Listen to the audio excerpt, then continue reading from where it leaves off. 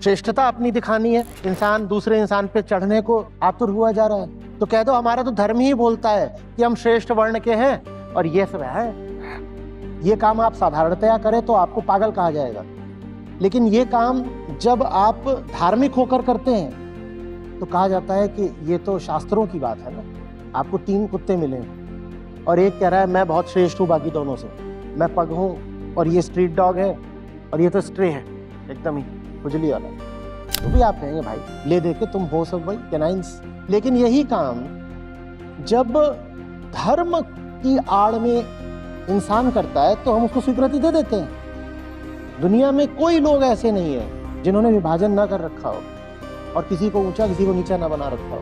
हम कई बार सोचते हैं कि वर्ण या उससे संबंधित जाति सिर्फ हिंदुओं की बात है, ऐसा बिल्कुल भी नहीं है, इंसानों की बात है। ये इंसान के भीतर की खुजली है कि उसे अपने आप को दूसरे से ऊंचा दिखाना ही होता है। हिंदुओं ने उसको बिल्कुल संस्थागत बना दिया, इंस्टीट्यूशनलाइज कर दिया, तो वहां पता चल जाता है क्योंकि वहां लिखा हुआ है वर्ण व्यवस्था, हाँ, तो पता चल जाता है। पर वही काम उन मतों में भी होता है जो बने ही इस आधार पर थे कि हमारे यहाँ सब बराबर है। आप इस्लाम में चले जाइए तो क्या वहाँ ऐसा नहीं हो रहा है?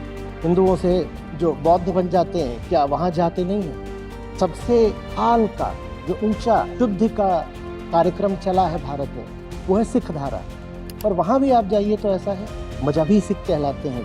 कई बार उनके गुरुद्वारे तक अलग होते हैं, क्योंकि बात हिंदू मुसलमान ईसाई सिख वगैरह ये सब नहीं है, बात इंसान की है। इंसान चीज़ ही ऐसी है, इंसान चीज़ ही ऐसी है कि उसे अपने आप को ऊंचा दिखाना है, किसी और को नीचा दिखाना है। और बड़ा मज़ा आ जाता है जब दूसरे को नीचा दिखाने के लिए धर्म का सहारा मिल जाता है। अब मैं ये भी कह सकता हूँ कि मैं धार्मिक हूँ और जो मेरी कामनाएं हैं उनको भी पूरा कर सकता हूँ। ये मक्कारी, ये पाखंड, ये सब लोक धर्म है, ये सब लोक धर्म है। अगर इधर अहंकार है तो उधर संसार है। अगर अहंकार आत्मस्थ हो गया इधर तो ये समस्त जग क्या हो जाता है? फिर ये ब्रह्म है। और ब्रह्म और आत्मा चूंकि एक होते हैं तो इसलिए दूरी मिट जाती है। ये देख लेना कि मैं और वो